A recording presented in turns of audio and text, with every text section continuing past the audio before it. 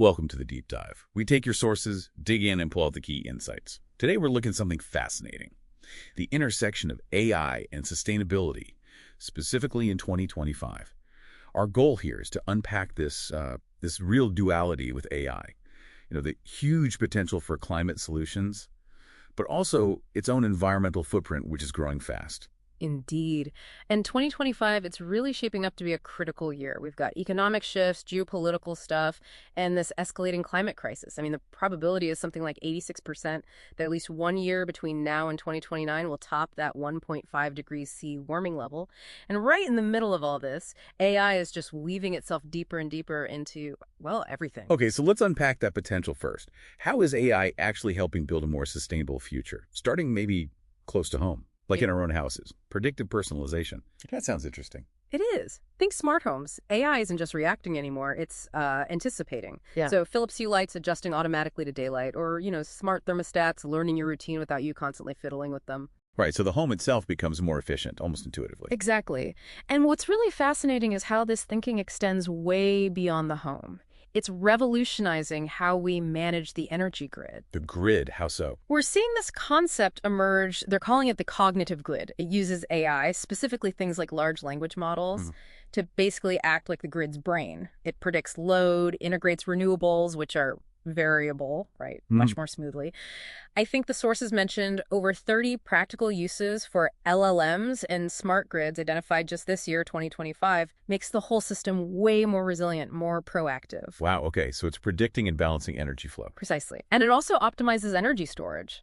This allows homes, even utilities, to do energy arbitrage. Basically, storing energy when it's cheap and plentiful, maybe selling it back when demand and prices are high, adds a lot of flexibility. And this isn't just about energy, is it? The sources pointed to other vital resources, too. Water, waste. Absolutely. Water management, for instance. You can have AI systems predicting peak water use times. That lets utilities get ahead of demand, maybe cut energy use at pumping stations by, up to 25%? That's significant. It's huge. And waste. Yeah, connecting that dot.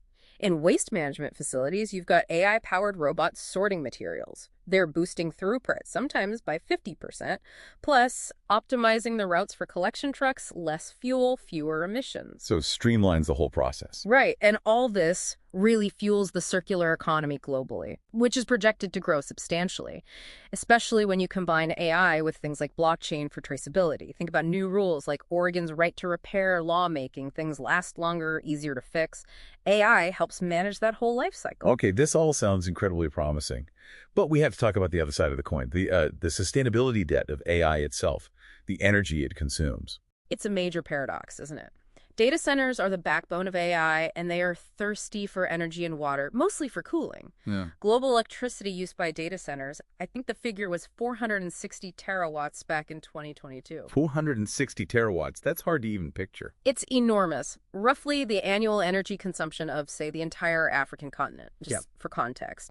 And the projections, AI alone could demand over half of that total data center energy by maybe 2028. Wow. So how do we square that? AI helping sustainability while consuming so much power? That's the critical question. The market is responding with what's being called green AI. We're seeing real innovation. NVIDIA's Blackwell GPUs, for example, are reportedly over 50 times more efficient for AI tasks than previous generations. So, progress on the hardware front. Efficiency gains, right. But then you hit policy dilemmas. There are discussions, serious ones, about potentially using existing coal-powered infrastructure just to meet the immediate massive energy demand for new AI data centers. Oof, that creates real tension with clean energy goals, obviously. Absolutely, a direct conflict, really. Yeah. And beyond the tech and the energy, what about people, societal shifts? How do they play into this?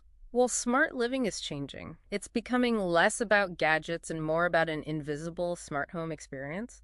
Just seamless efficiency. And consumers, you listening, people are way more eco-conscious. Something like 72% say they'd pay more for sustainable products. And there's this growing impatience with greenwashing companies just pretending to be sustainable. Yeah, people see through that more now. And hybrid work models aren't going away. That accelerates demand for smart home tech that's integrated and genuinely energy efficient. Okay, so consumer demand is pushing things. What about the bigger picture? Geopolitics. That's another layer of complexity. Take the U.S. tariffs on Chinese electronics. An unintended consequence seems to be that it's pushing companies to diversify their green tech supply chains.